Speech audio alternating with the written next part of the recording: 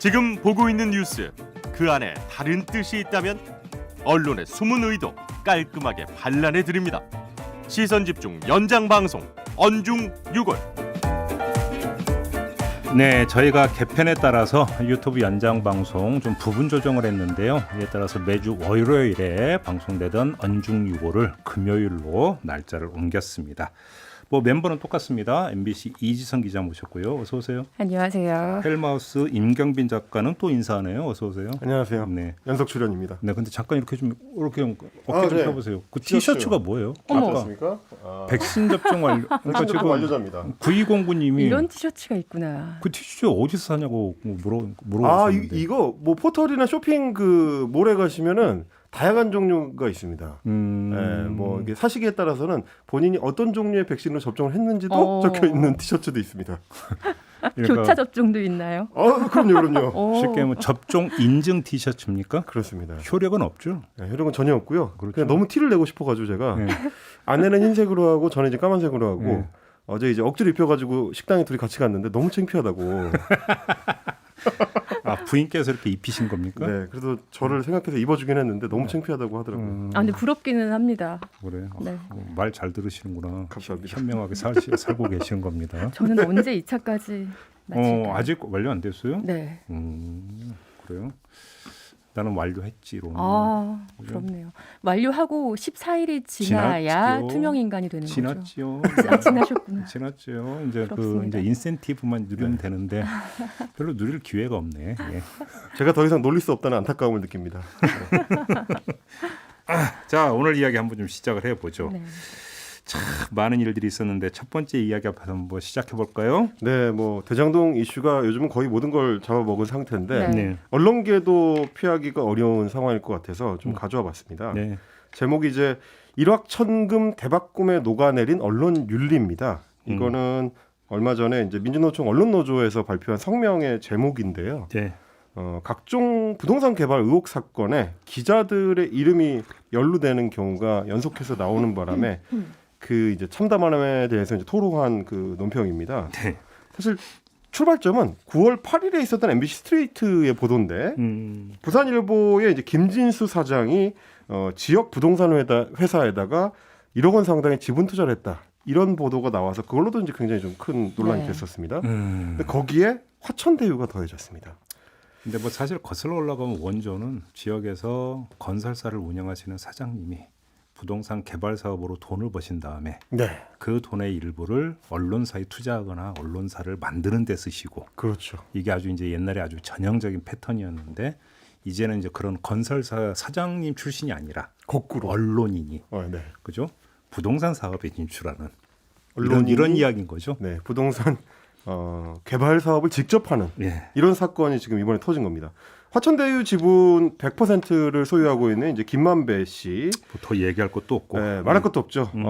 사건이 불거지는 시점까지도 머니투데이의 부국장직을 유지하고 있었습니다. 그러니까요. 그러니까 사업을 하는 동안에도 계속 이제 기자로 활동을 했던 거고. 천화동인의 7호 최대 주주가 누구냐면 머니투데이에서 김만배 씨하고 같이 일을 한 배모 기자입니다. 네, 그렇다면서요. 예. 한몫 크게 챙기셨고요. 천화동인 4호의 소유자인 이제 남욱 변호사의 아내 정모 씨 같은 경우는 MBC의 기자 출신으로 지금 알려졌습니다. 네. 이분 같은 경우는 이제 위례 신도시 개발 사업을 할 때 그 개발 투자 회사의 임원으로 등재가 돼 있었다라고 해서 또 논란이 된 적이 있습니다. 이 대목에 잠깐 이지성 기자 이야기를 좀 들어야 될 것 같은데요. 네.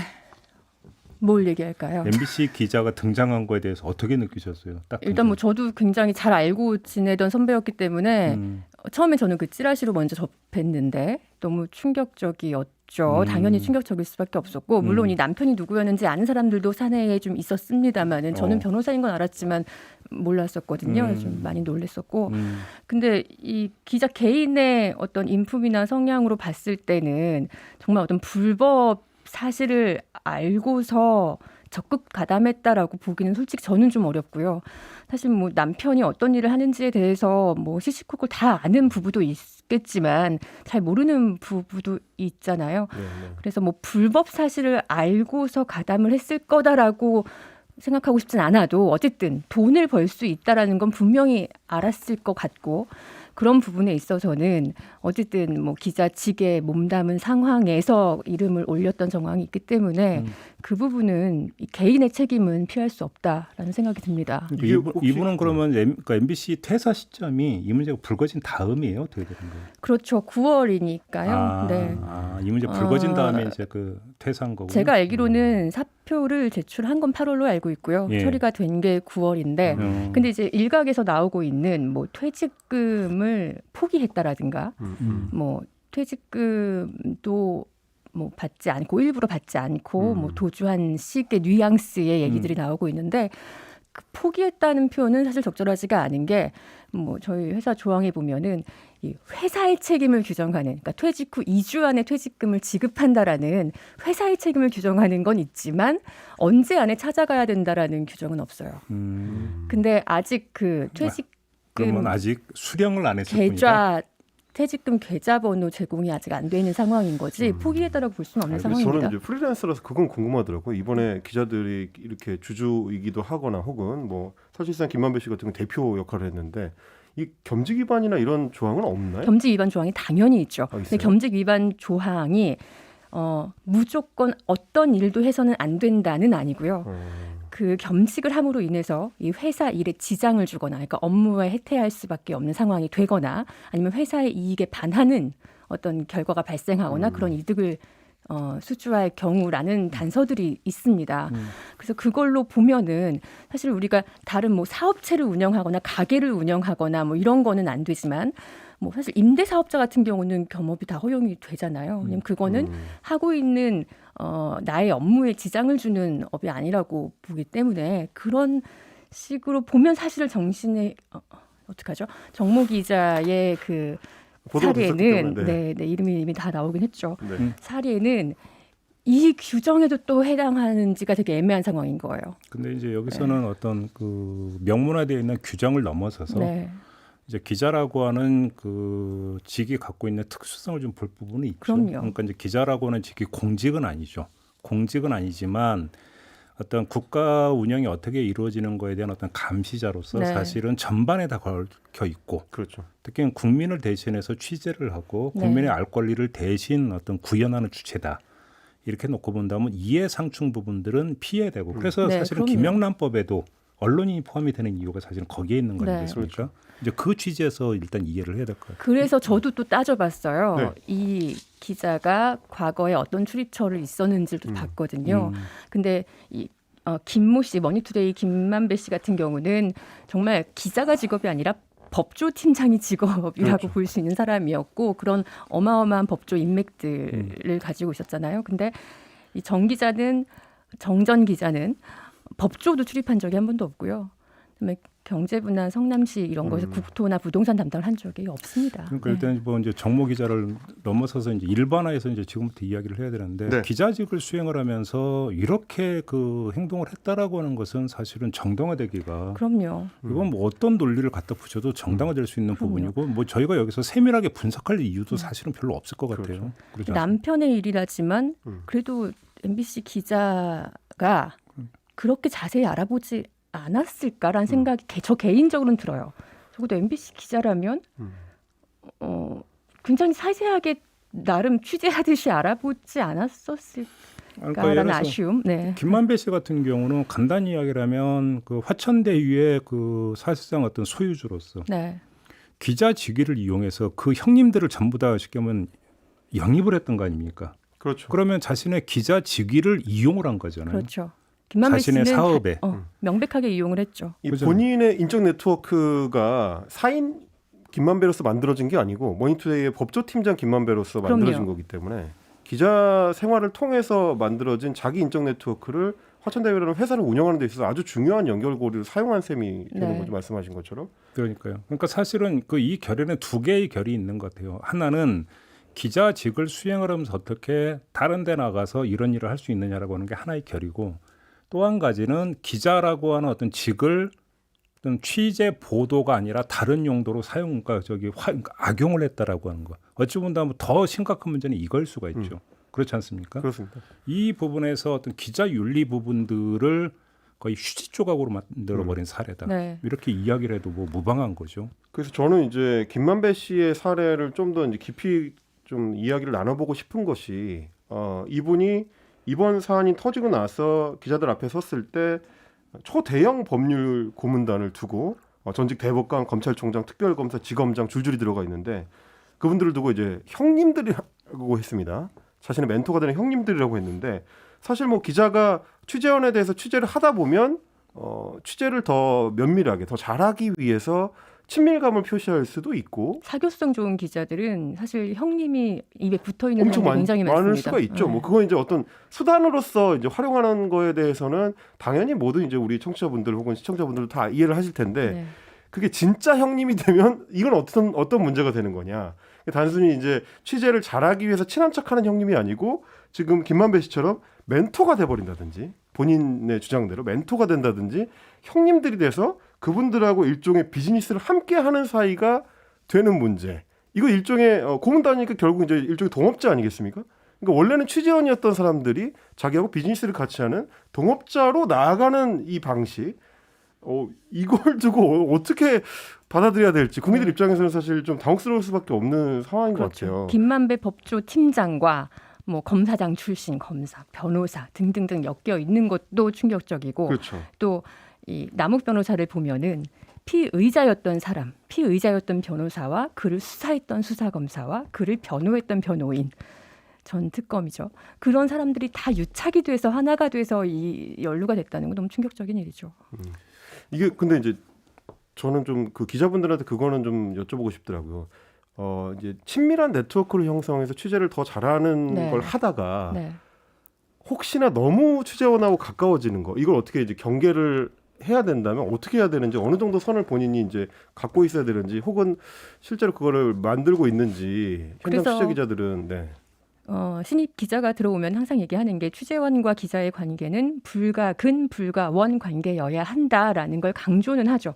강조는 하는데 뭐 어쨌든 인간사기 때문에 출입처에서 정말 뭐 이거는 일본 말이 그냥 사활이 좋게 뭐 잘하는 사람들은 진짜 사교성 좋게 네. 네, 사교성 좋게 그런 사람들은 출입처를 떠나고도 10년, 20년, 2년을 이어가는 사람들도 있는데 그런 어떤 인간적인 인연까지 하지 말라고 또 할 수도 없는 노릇인 거고요. 그리고 사교성이 없는 기자들은 사실 또 그만큼 정보나 취재가 좀 부족해지는 경우도 실제로 있기 때문에 그럼 취재원과의 친밀한 관계를 말리는 것보다는 독려하는 게 더 회사 입장에서는 이득이 되는 경우도 많고요. 뭐 실제로 그렇게 배치하잖아요. 네. 예를 들어서 이제 그 출입처에 따라서는 취재가 그나마 좀 제대로 되는 데가 있는 반면에 철통 같은 데가 있죠. 그래서 검찰 같은 경우도 사실은 이제 그런 경우인데 그러다 보니까 이제 그 기자를 배치할 때 어떻게 합니까? 학연 따져가면서 배치하는 경우가 네. 많이 있잖아요. 그러니까 학연 지연을 타고 들어가서 취재원을 접근하지 않으면 취재가 거의 안 되는. 네. 제가 2006년도 입사인데요. MBC는 블라인드 테스트였지만 당시만 해도 지금도 그런지 모르겠지만 당시만 해도 신문사들 중앙일간지들은요. 본인의 가족관계뿐만 아니라 사돈의 팔촌까지 뭐 정관계, 뭐 고위공직자 있으면 적어라. 다 적으라고 입사지원서 서류에 했었습니다. 그러니까 뭐 취재 과정에서 뭐 아무개 부장님, 아무개 국장님이라고 부르는 게 아니라 선배 뭐 이렇게 하면서 이제 거의 개인적 친분 관계를 그러니까 저기 드러내면서 취재를 하죠. 네. 또 관계도 그렇게 맺고 저는 거기까지는 네. 어떤 뭐 직업의 특성이라고 저는 이해할 수도 있다고 생각을 해요. 왜냐하면 그러니까 대면을 한 사람한테 정보를 주겠습니까? 그래도 친한 사람한테 주겠습니까? 네. 그건 뭐 어쨌든 이거는 학연이라도 지연이라도 그러니까 있는. 뭐 그건 인지상정의 차원에서 저는 그러니까 뭐 이해할 수 있는 부분들이 있다고 보는데 제가 충격을 받은 건 그것이 취재 과정에서 그러니까 단순히 단둘이 만나고 할 때도 아니고 기자들이 때로 몰려 있고 마이크가 돼 있는 출두 자리에서 좋은 형님들이라는 이야기가 저렇게 버젓이 나오는 저 그러니까. 무의식의 세계. 네. 그러니까 이게 지금 어떻게 돼 있는가가 이제 보여주는 게 바로 거기에 있는 거죠. 이게 너무나 어찌 본다면 거기에 전혀 문제의식을 느끼지 못하는 이게 핵심인 거죠, 사실은. 그래서 사실 제가 이제 그 무의식의 일단을 좀 찾아봤는데 그러면 그런 무의식을 갖고 있다면 자신이 동원할 수 있는 자신의 수단, 말하자면 이제 기자 입장에서는 기사죠. 기사를 그런 어떤 사적 네트워크, 사적 친분 관계를 위해서 활용했을 가능성도 있지 않을까라는 생각을 했고 실제로 법조 기자 김만배가 기존에 썼던 기사들과 그 좋은 형님들을 키워드로 연결해서 좀 찾아봤더니 일단 곽상도 의원에 대한 2009년 기사가 걸렸습니다. 네. 제목부터가 의미심장합니다. 특수수사 교본 곽상도 검사 변호사로 제2 인생 예. 이렇게 되어 있습니다. 곽상도 검사 굉장한 분인 거예요. 그러면서 이 내부 통신망에 있는 글들을 그 기사 내용 안에 이제 가져왔다고 하는데 네. 대단합니다. 진짜 사무라이 한 분이 검찰을 떠나시는군요. 새로운 길을 가시더라도 열심히 하는 그 모습 기대합니다. 이렇게 적으면서 검찰 고위 간부의 퇴직도 아닌데 이처럼 100여 명의 많은 현직 검사들이 인사말을 남긴 건 이례적이다. 하지만 그가 검사로 근무하던 시절 쌓은 공로에 비하면 그리 놀랄 바가 아니라는 게 중론이다. 굉장히 상처를 내놨습니다. 그러면서 수사했던 내용을 이제 하나하나 이제 열거를 하면서 평가를 이렇게 했습니다. 이를 두고 당시 언론에서는 콜럼버스가 계란을 세운 것 같은 아이디어로 수사 성과를 거뒀다고 호평했다. 이 언론이 어딘지 잘 모르겠지만 그리고 그 밑에도 마찬가지입니다. 당시 법조 출입 기자들은 수원지검 특수부가 서울중앙지검 특수부보다 한 수 위다라는 극찬을 아끼지 않았다. 이 법조 출입 기자가 본인은 아닌지 그러니까 이런 어떤 후배들의 아부성 글을 기사로 옮겨 적으면서 온갖 미사 욕구를 동원해가지고 검사 시절 곽상도의 업적을 이렇게 칭송하고 있는 걸 보면 이 기사로 볼 수 있는 건가 싶은 생각이 들고요. 네. 이 기사 말미에는 변호사 개업을 한다는 말도 꼬박꼬박 적어놨습니다. 서초동의 법률사무소를 연다. 이게 사실 이제 변호사들이 그 개업을 할 때 광고를 못 하게 돼 있기 때문에 우리나라에는 네, 그렇죠. 일종의 간접 광고 효과도 노릴 수 있지 않았을까라는 생각이 하나 들었습니다. 근데 지금 저는 이 기사는 솔직히 이제 지금 처음 접하는데 임경빈 작가 소개하는 거 보니까 저는 꽂힌 게 수원지검 특수부였습니까?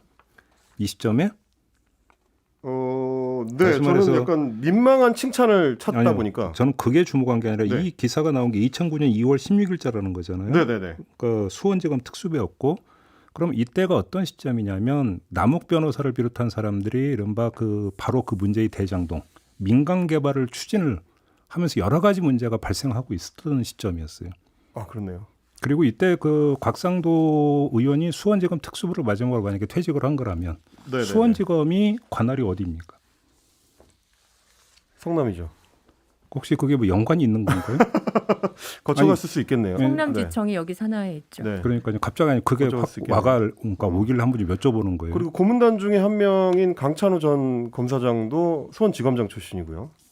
네, 하여간 갑자기 궁금해져서 오. 그러니까 퇴직 시점에 수원지검 특수부였다라는 이야기인가요? 이 기사를 보면? 그거는 여러 사례들이 있어서 그건 좀 명확하지는 않습니다. 그럼 그 그건 전에 확인을 좀 얘기인가? 해봐야 요거 좀 됩니다. 확인을 좀 해봐야 되겠네요. 그리고 또 한 명의 이름 박영수 전 특검.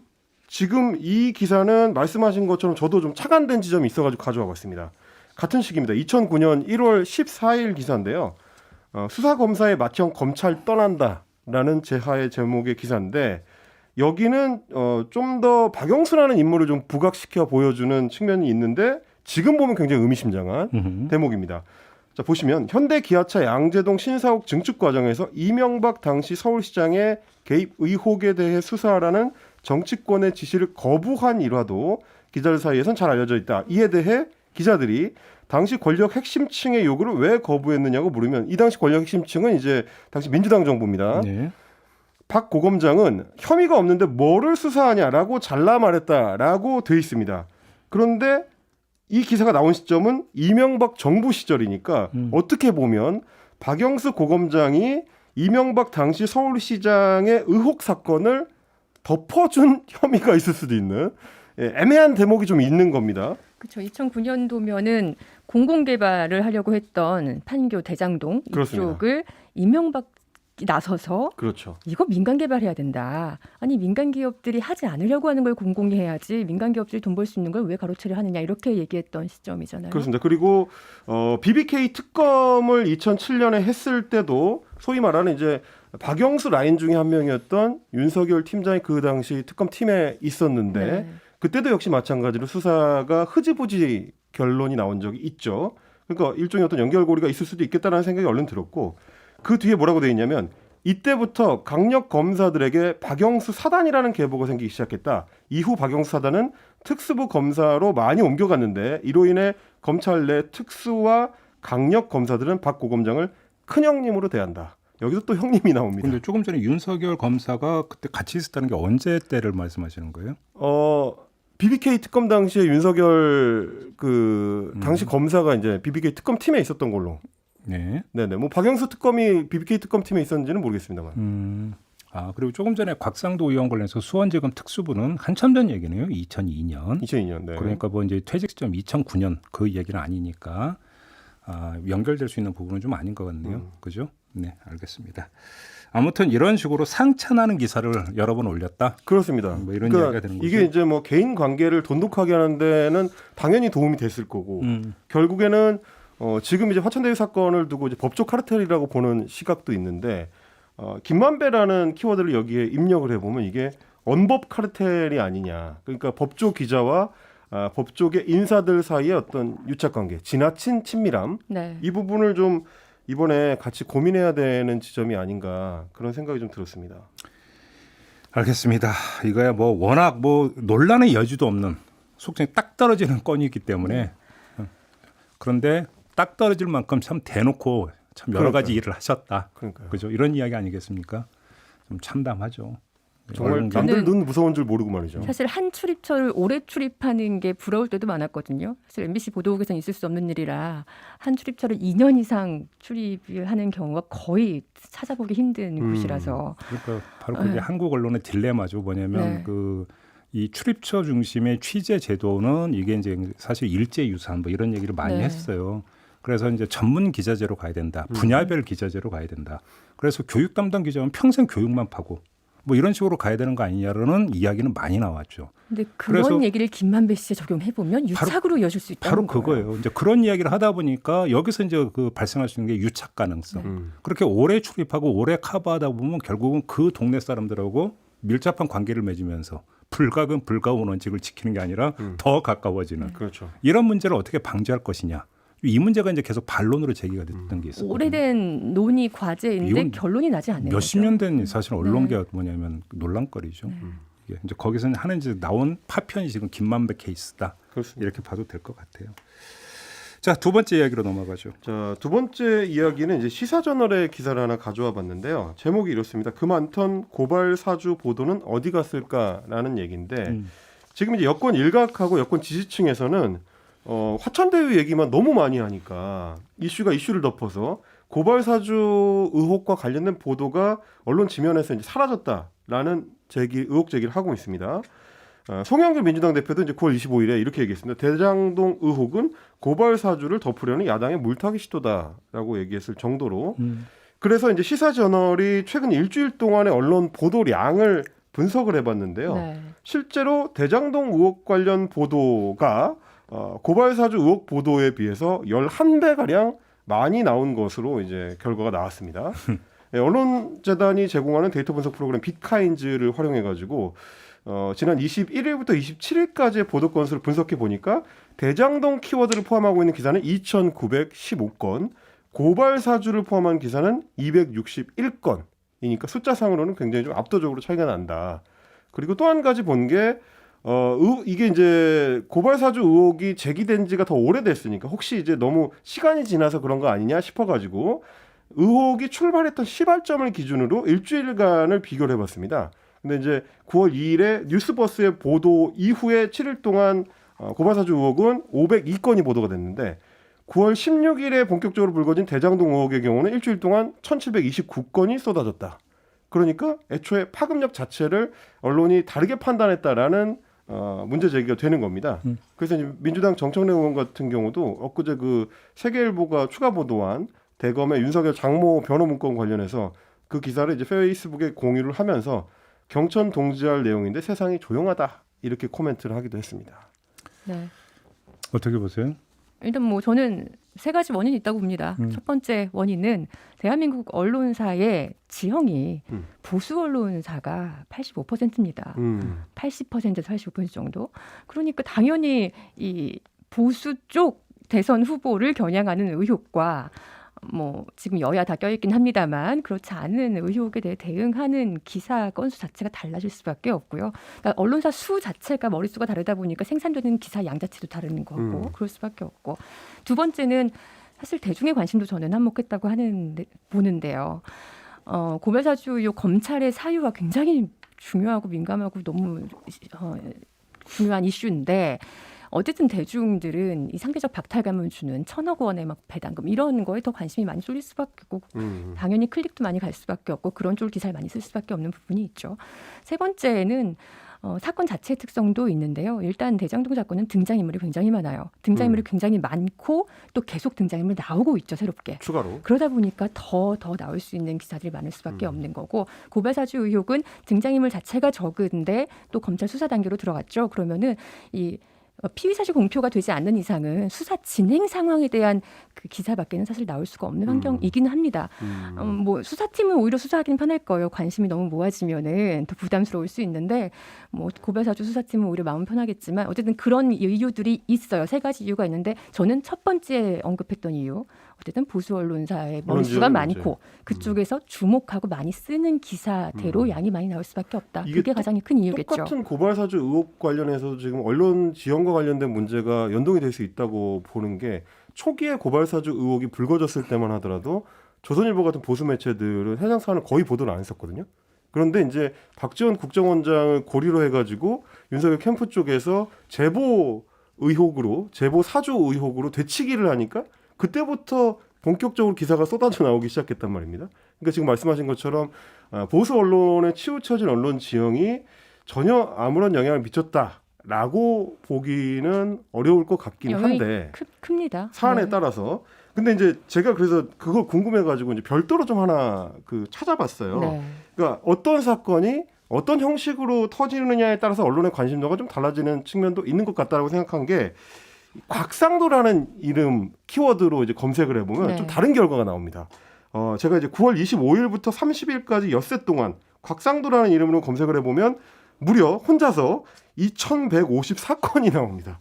모든 대장동 이슈보다도 더 많은 양이 나오는 건데 심지어 이제 아들의 퇴직금 문제가 본격적으로 터졌던 27일에는 하루에만 597건이 나왔으니까 곽상도 의원의 아들 퇴직금 건이 이제 여권에 불리하다고 보기는 좀 어려운 이슈라서 결국에는 사안의 어떤 폭발력이라든지 사안의 그 자극성 그거는 곽상도라는 키워드를 검색을 한 거잖아요. 그렇죠. 그러니까 곽상도를 공격하는 기사가 있을 수 있고 옹호하는 옹호하는 기사가 있을 수 있고 아니면 그냥 중계하는 기사가 있을 수 그렇죠, 있고 그렇죠. 사건 기사가 있을 수 있고 국회 기사가 있을 수 있고 굉장히 많은 분야의 기사가 나올 수밖에 없어서. 네. 근데 이제 기사가 쏟아지는 양으로 이제 단순 비교를 했을 때는 사안의 어떤 폭발력이나 사안의 자극성이나 뭐 이제 유권자들의 관심도가 어느 정도는 좀 반영되는 게 아닐까. 지금 아까 말씀해주신 것처럼 고발사주 의혹 같은 경우는 이제 일종의 그 검찰 내부의 일로 인식하는 유권자들도 상당히 있기 때문에 이게 일종의 권력 게임이지 민생과 직접 연결되는 거는 아니지 않느냐라고 내가 인식하는 직접 분들도 그 피해 있어서. 당사자가 되지 않으면 사실 그렇죠. 그 사법 권력에 의한 피해에 대해서 많이 크게 공감하기는 이런 돈 문제보다는 아무래도 쉽지 않죠. 좀 정리를 하면 그러니까 저는 물리적 한계는 분명히 있을 거라고 봐요. 그러니까 이 언론 보도 흐름을 분석을 하는 데 있어서 이제 총량 분석이 있고 질적 분석이 있는데 총량 분석이라고 하는 게 이제 키워드를 넣어갖고 이제 나오는 기사 수 뭐 이런 식으로 가잖아요. 근데 사실은 그거는 하나의 큰 어떤 경향은 볼 수 있겠지만 정밀한 분석은 아니죠. 왜 그러냐면 조금 전에 얘기했지만 그 대장동 건을 다룬다 하더라도 어떤 관점에서 어떤 논조로 다루느냐에 따라서 이야기는 또 전혀 달라지는 거고 뭐 조금 전에 곽상도라고 하는 것도 이제 그런 케이스이기 때문에 그래서 사실은 언론사의 보도 의지와 이 사안에서 보도 가치를 어떻게 보느냐는 그 총량 분석만 갖고는 이야기할 수가 없어요. 그래서 약간 기계적으로 나누면 발생 기사가 있고 발굴 기사가 있어요. 그잖아요. 발생 기사라고 하는 것은 그냥 벌어진 상황을 어떤 중계에 들어가는 그냥 따라가는 보도죠. 따라가기 보도지만 발굴 기사는 이건 분명히 문제가 있으니까 문제의식을 갖고 뭔가를 파헤쳐가지고 폭로에 들어가는 부분인데 여기서 보도 의지는 당연히 후자에 있는 것이고 그렇기 때문에 이 발생 기사가 사실은 중요한 게 아니라 발굴 기사 부분에서 어느 정도로까지 여기서 이제 나타나고 있냐 이 질적 분석이 돼야만이 이제 이 사안에 대해서 언론이 접근하는 태도가 무엇인가 이거를 이제 분석을 할 수가 있는데 여기는 이제 어마어마한 공력이 들어가기 때문에 이제 보통 나오는 게 이제 총량 분석만 하는 거죠. 그럼에도 불구하고 경험적으로는 느낄 수 있죠. 뭐 질적 분석이라고 하는 게 경험적으로 이제 느낄 수 있는 게 뭐 어렵게 볼 거 없어요. 오늘 조간만 봐도 나와요. 그렇죠. 네. 오늘 조간만 봐도 나오는 게 어제 검찰이 고발사주 사건을 공수처로 이첩을 했어요. 조중동이 지금 일면에 배치 안 했어요. 그렇죠. 그렇잖아요. 후면 배치를 했고 결국 거기서 뭐냐면 이 그 사안의 가치를 어떻게 판단하고 있느냐. 그렇죠. 반면에 뭐 그 경영이나 한겨레 일면 배치했거든요. 그럼 여기서 손수성 모든 검사의 관여가 확인됐다는 건 굉장히 중요한 팩트인데. 이거는 엄청 사실은 그 자체가 상당히 큰 문제가 네. 있는 이 건데도 수사 흐름에서 아주 중요한 터닝 포인트인데. 오늘 하루만 봐도 사실은 그건 나오는 거죠.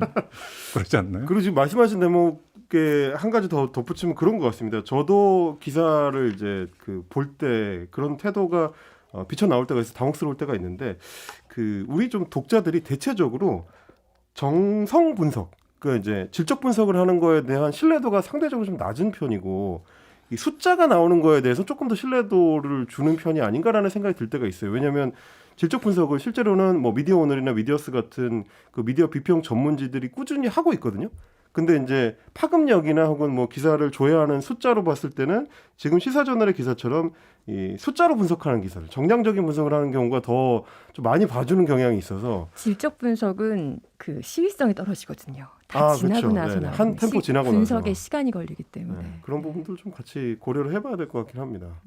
그렇죠. 근데 아무튼 그 고발사주 사건과 대장동 그 개발의혹 사건을 저울에 그러니까 올려놓고 재면 어디가 더 무겁다. 뭐 이런 식으로 기계적이고 거칠게 이야기할 수 있는 성질의 문제는 저는 아니라고 보거든요. 네. 둘 다 상당히 대한민국의 고질적인 문제가 결국은 아주 농축되어 있는 두 개의 전부 다 사건이다. 네. 저는 그렇게 보는 건데 거기서 어떤 게 더 중하다 덜하다.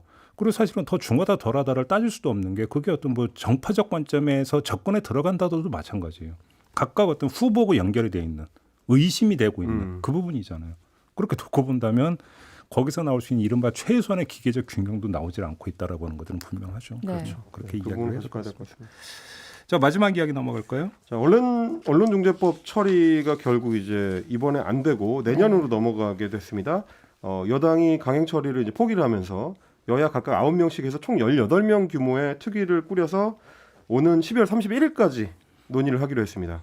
대신에 이제 언론중재법 하나만 다루지 않고 정보통신법 이거는 이제 유튜브 같은 1인 미디어와 관련된 규제고요. 네. 뭐 신문법이나 방송법까지 총괄해서 그래서 방송사 지배구조 개선 같은 오래 묵은 이제 숙제까지 같이 여기서 좀 다뤄보자. 그래서 언론중재법으로 해서 이제 징벌적 손해배상제에만 초점을 맞춘 게 아니라 언론개혁 전반에 대한 그 특위 논의를 해보자라는 쪽으로 초점을 옮겼습니다. 근데 이제 반면에 그러다 보니까 결국은 통과 안 시키고 뭉개려고 하는 거 아니냐라는 얘기가 지금 나올 수밖에 없는. 왜냐하면 이제 12월 31일이 되면 이미 여야가 대선 후보가 결정된 이후고요. 그 예민한 시기에 이렇게 중대한 사안을 어느 정치 세력이 힘을 가지고 추진할 수 있겠냐. 당연한 의문이 좀 나오고 있는 상황입니다. 근데 그 복귀할 게 여러 가지가 있는데 일단 첫 번째는 애당초 접근법을 이렇게 했으면 어땠을까라는 생각을 하거든요. 개인적으로는. 그러니까 뭐냐면 그 본방에서도 그런 이야기를 많이 했는데 이것이 언론중재법만 뽑아서 다루는 게 아니라 정보통신망법이라든지 여러 가지 언론개혁 관련 법안들을 좀 패키지로 다뤘어야 되는 게 아니냐. 네. 그다음에 포괄적으로 접근해서 이제 큰 그림을 그리면서 갔어야 되는 게 아니냐라는 얘기는 사실은 초기부터 좀 나왔던 그렇죠. 거잖아요. 근데 이제 결국은 돌고 돌아서 이제 걸로 다시 간 거잖아요. 이렇게 놓고 본다면 결과론적인 이야기지만 처음부터 이제 스텝을 그렇게 밟았으면 어땠을까? 물론 이런 생각을 할 수 있지만 어찌 보면 또 이 생각이 순진한 생각일 수도 있어요. 왜냐하면 언론중재법이라고 하는 걸 매개로 삼아서 공방이 이루어지니까 그나마 이게 타협으로 이제 그러면 패키지 논의를 한번 해보자라는 이게 나온 거지. 네. 그냥 우리 백지 상태에서 이제 필요하니까 한번 해보는 게 어때요라고 했을 때 과연 동력이 생겼을까는 또 다른 문제일 수는 물론 있을 수는 있어요. 그렇지만 아무튼 결과적으로는 좀 그런 게 아닌가 싶은 생각이 좀 들고 뭐 엎어진 김에 쉬어가라 뭐 쉬어가는 건 아니지만 엎어진 김에 그러면 이렇게 자세히 했으면 들여다보자. 네. 예, 차라리 그러니까 그 처음부터 근본부터 바닥에서부터 한번 쫙 한번 좀 살펴보는 것은 오히려 그러니까 결과적으로는 생산적일 수도 있다 이런 네. 생각을 해요. 그 통합법의 논의의 시작은 MB 정부 때였습니다. 굉장히 오래됐지만 아직까지 없다는 거죠. 일본은 2011년도에 만들어진 통합법인데 우리는 아직도 없는 거죠. 통합법이라는 거는 그러니까 뭐 언론과 그 정보통신 쪽 뉴미디어들과 다 통합해서 신문, 방송 다 통합된 법이요. 우리는 그게 없이 다 따로따로 돼 있잖아요. 네네. 그래서 이 제비 말씀처럼 이번 기회에 이렇게 다시 통합법에 대한 논의가 시작된 건 긍정적인 부분이죠. 네. 좀 그러니까. 10년 걸린 셈이네요. 그렇게 치면. 그렇죠. 네. 근데 이제 물론은 그러니까 문제는 조금 전에 이제 그 헬머스가 이야기한 것처럼 12월 31일까지인데 그때면 아마 그러니까 대선 선거 열기가 거의 이제 정점을 찍을 때인데 네. 과연 진득한 논의가 돼서 생산적인 결과가 나올 건가? 그러니까요. 오히려 더 싸우면서 그러면 대선 후보 공약으로 그러니까 삼아서 한번 국민 평가를 받아보죠. 이런 식으로 논법으로 나올 가능성도 있거든요. 그렇죠. 이제 그게 이제 아마 좀 체크 포인트가 돼야 되겠죠. 그죠? 근데 경험칙으로 놓고 보면 후자로 갈 가능성이 더 높죠. 그렇죠. 이게 왜 그러냐면 처음에도 지금 이제 27일에 원래 통과시키기로 합의를 했을 때, 그러니까 상정하기로 합의를 했을 때도 특위로 이제 꾸려서 해보자라고 여야 동수로 만들었는데 결국은 아무 성과 없이 그냥 이 특위는 해산이 되고 여야 줄다리기를 하다가 그러면 덩치를 더 키워보자. 이런 지금 상황이라서 반복될 가능성이 좀 있지 않을까라는 생각이 들긴 하고요.